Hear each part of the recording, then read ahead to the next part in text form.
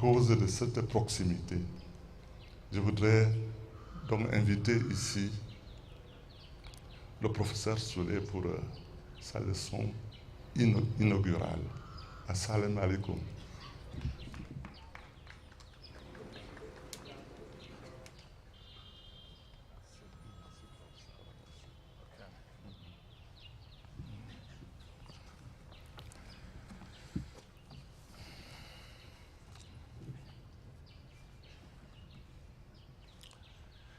In the name of Allah, most gracious, most merciful.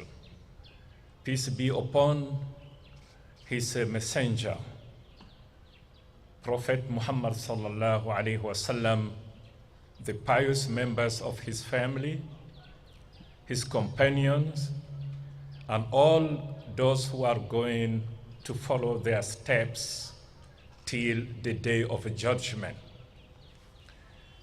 Excellencies, ladies and gentlemen, I would like first of all to start by saying Assalamu alaikum wa rahmatullahi wa barakatuh. The Grand Imam of Yaoundé, Muhammad Saminu, the coordinator of SIDIMIC, have started their speeches by pronouncing this very important phrase, Assalamu alaikum wa rahmatullahi wa barakatuh. That means peace occupies a very important place in Islam.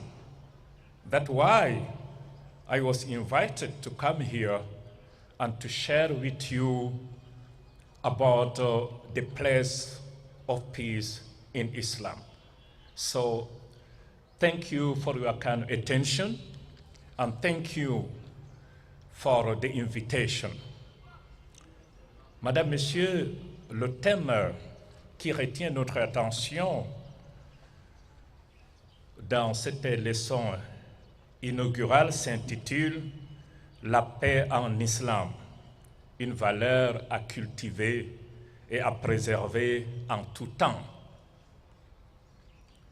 Le grand imam de Yaoundé, le coordonnateur du SIDIMIC, et moi-même avons commencé par cette phrase qui est lourde de signification et de symboles.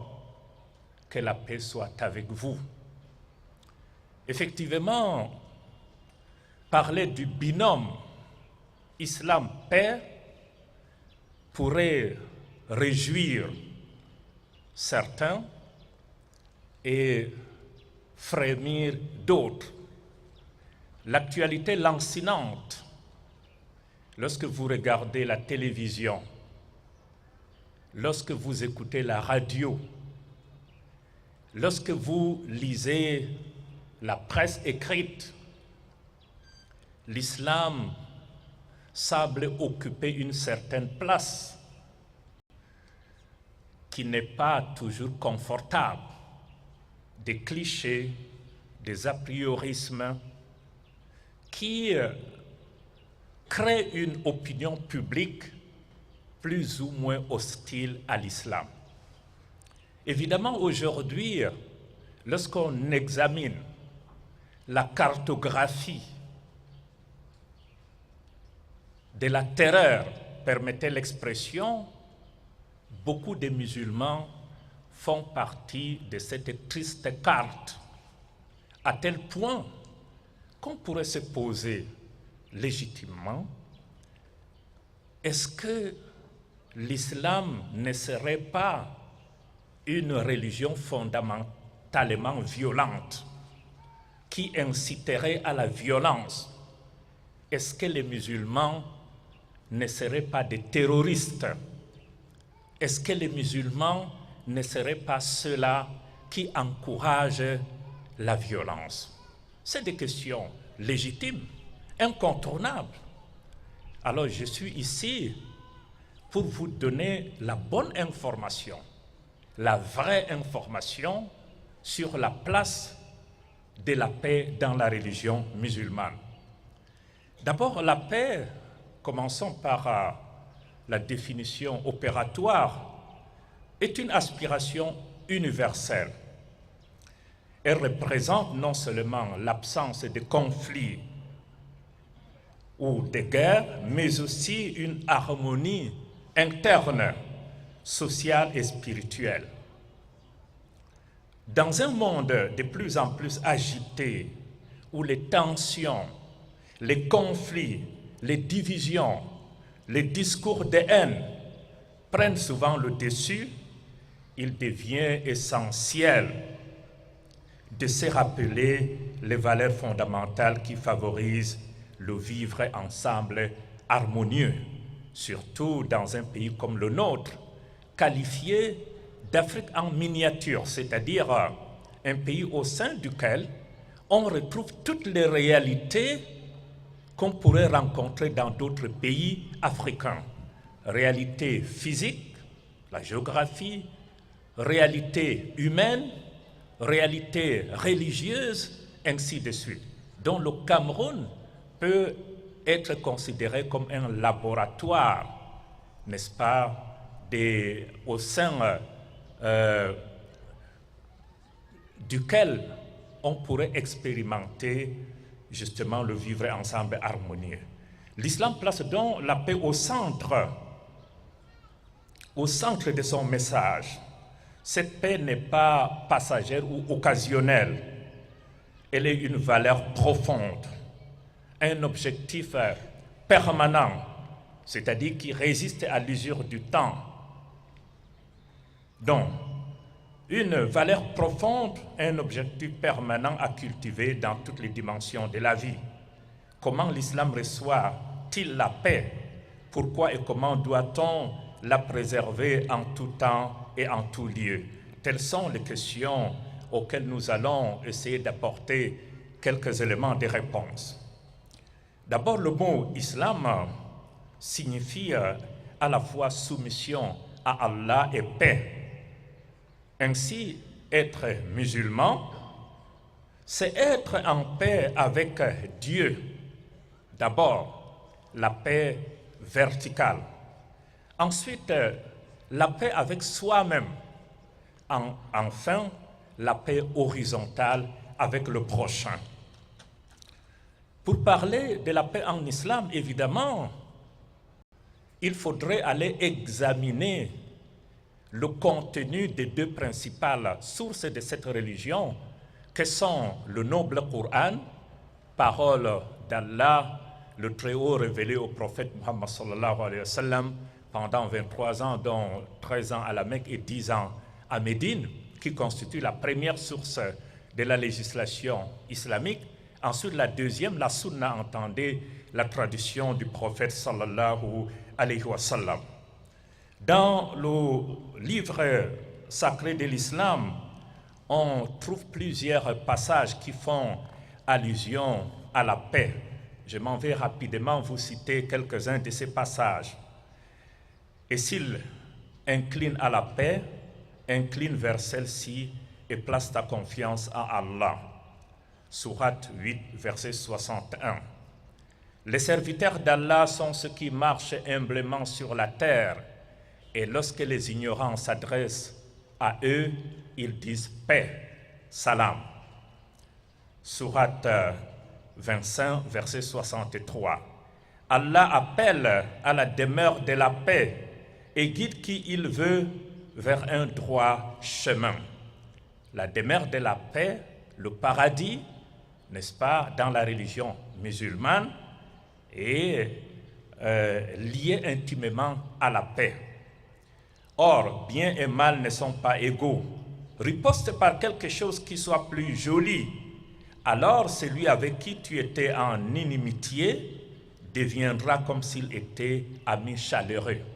C'est-à-dire, face à une injustice, au lieu de répondre par l'injustice ou par la violence, réponds plutôt, n'est-ce pas, par la sagesse, par la douceur, et cela pourrait transformer l'ennemi en ami. Repousse le mal par ce qui est meilleur. sourate 23, verset 96. Et Allah n'aime pas le désordre, sourate 2, verset 205. Certes, Allah commande l'équité, la bienfaisance et l'assistance aux proches, et il interdit la turpitude, l'acte répréhensible et la rébellion. Il vous exhorte afin que vous vous souveniez. Sourate 16, verset 90.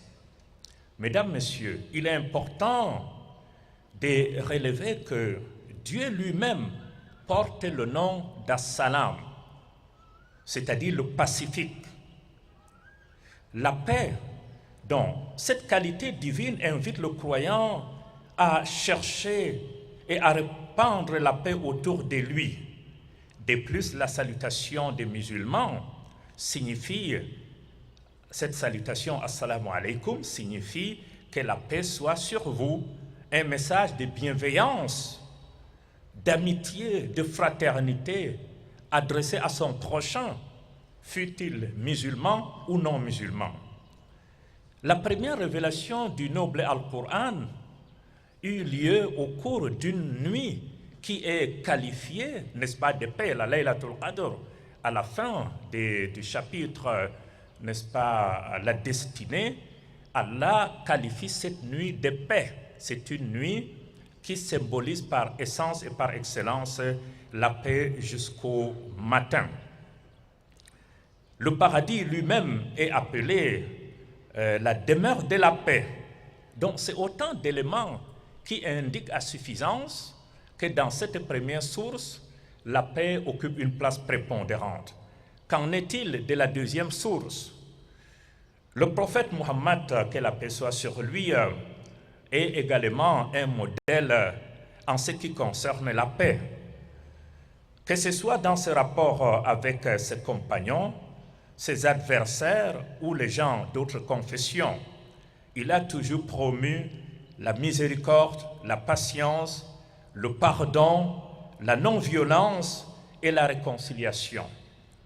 La signature du traité d'Al-Hudaybiyah en 628 avec ses adversaires de la Mecque en est une parfaite illustration. Pour éviter la guerre, il a privilégié un traité largement défavorable aux musulmans. Parmi ses plus belles paroles en matière de la paix, nous pouvons retenir également ce qui suit.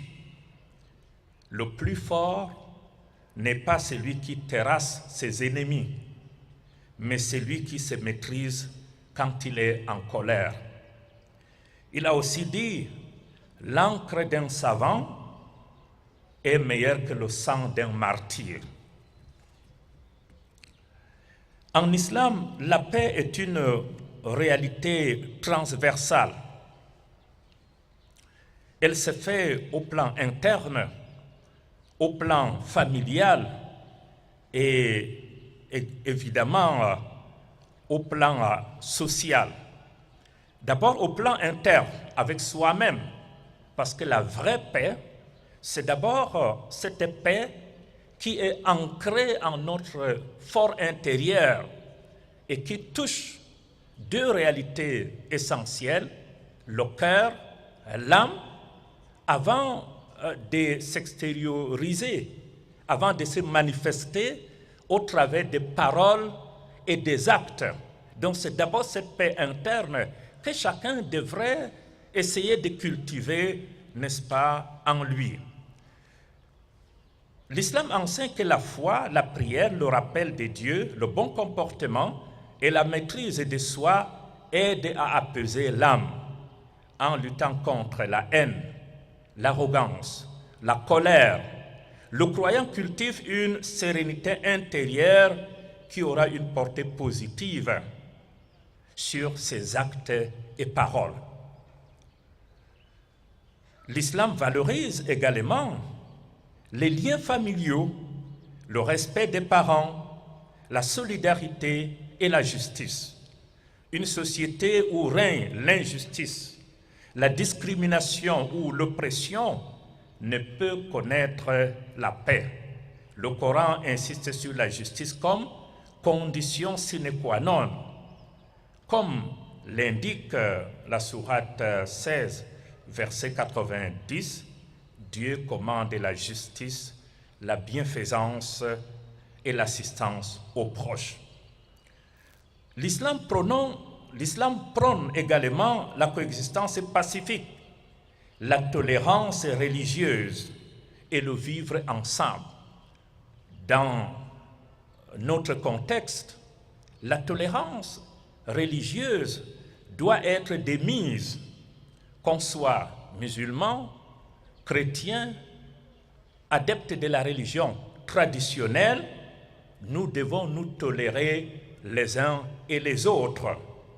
La tolérance signifie aussi accepter l'autre tel qu'il est, mais pas forcément tel qu'on voudrait qu'il soit. Le Saint-Coran reconnaît la diversité comme une richesse et non une menace. Parce que si Dieu avait voulu, il aurait fait de toute l'humanité, n'est-ce pas, une seule espèce, une seule religion, une seule ethnie. Donc, Dieu, dans la sourate 49, verset 13, dit « Ô homme, nous vous avons créé d'un mâle et d'une femelle », pour faire allusion à l'origine commune des êtres humains. Il fait ici allusion à nos ancêtres, Adam et son épouse, donc d'un mâle et d'une femelle. Et nous avons fait de vous des tribus et des nations pour que vous vous entreconnaissiez. Le plus noble auprès de Dieu, c'est celui qui le craint le plus.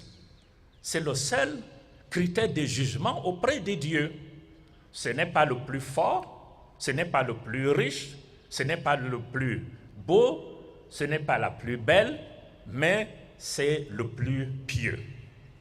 La culture de la paix est à la fois une réalité holistique et permanente, d'où la nécessité de la préserver en tout temps et en tout lieu.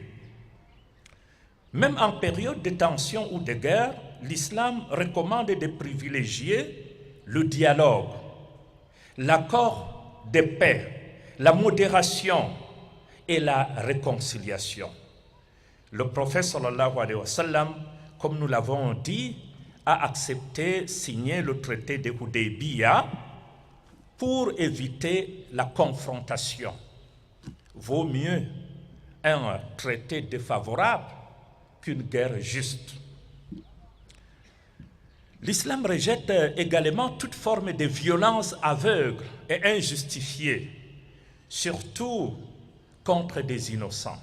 Le Coran dit « Quiconque tuerait une personne non coupable d'un meurtre ou d'une corruption sur la terre, c'est comme s'il avait tué toute l'humanité.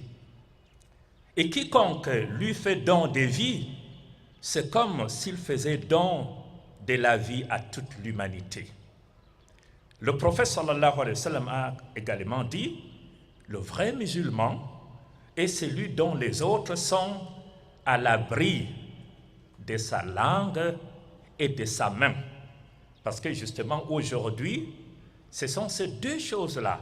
C'est par ces deux choses qu'on fait le plus mal, la langue et les mains. Donc, le plus noble, le plus responsable, c'est celui qui garantit ces deux organes. Il a aussi dit, le prophète sallallahu alayhi wa sallam, dont le musulman est celui dont les autres sont à l'abri de sa langue et de sa main. L'éducation, la modération, la clairvoyance et la compréhension des textes islamiques sont aussi essentiels pour contrecarrer les déviations extrémistes. Il est aussi question pour les musulmans de témoigner de la paix par l'action au quotidien, parce qu'il ne faudrait pas être celui-là qui est tout simplement un porteur d'un discours de paix, mais lorsqu'on examine les actes qu'il pose au quotidien, il y a, n'est-ce pas, un grand fossé. Il faut donc arrimer la parole, n'est-ce pas, à l'acte. Donc, il est aussi question pour les musulmans de témoigner de la paix par l'action au quotidien. Cela passe forcément par la crainte de Dieu, qui est le meilleur viatique et le rempart contre tout mal. Allah insiste beaucoup sur cette qualité dans le noble Coran, la taqwa. Les actions de solidarité, la protection de l'environnement, l'engagement citoyen. Le musulman n'est pas quelqu'un qui vit en vase clos, c'est quelqu'un qui vit dans une république. Par conséquent, il doit être une lampe, il doit être un modèle, il doit être un élément dynamique qui contribue de façon remarquable à la construction, au développement de la société, d'où l'engagement citoyen. Enfin, la promotion du dialogue. Le dialogue, c'est un pont qu'on jette entre nous et les autres, entre notre culture et celle des autres, entre notre civilisation et celle des autres. Au moment où certains parlent du choc des cultures, du choc des civilisations, nous musulmans préconisons plutôt la rencontre des civilisations. Nous devons être des constructeurs, des bâtisseurs de ponts, des passerelles entre les civilisations. La tolérance et l'amour du prochain. Ici, le prophète sallallahu alayhi wa sallam, il a dit « Nul d'entre vous n'atteindra véritablement la piété que s'il aime pour son frère ce qu'il aime pour lui-même. » En guise de conclusion, Excellences, Madame, Messieurs, la paix est au cœur du message islamique. Elle n'est pas une simple option, mais un devoir sacré et une responsabilité permanente englobant la paix interne au plan individuel, la paix au niveau de la famille et la paix au plan social. En se basant sur le Coran et les enseignements du prophète sallallahu alayhi wa sallam, et l'histoire, bien sûr, la vraie histoire, pas cette histoire fabriquée pour noircir, diaboliser l'islam, mais la vraie histoire. Donc, dans un monde marqué par la conflictualité, la division, la haine, l'ignorance ou l'extrémisme violent, la paix doit être vécue, transmise par tous, en tout lieu et en tout moment.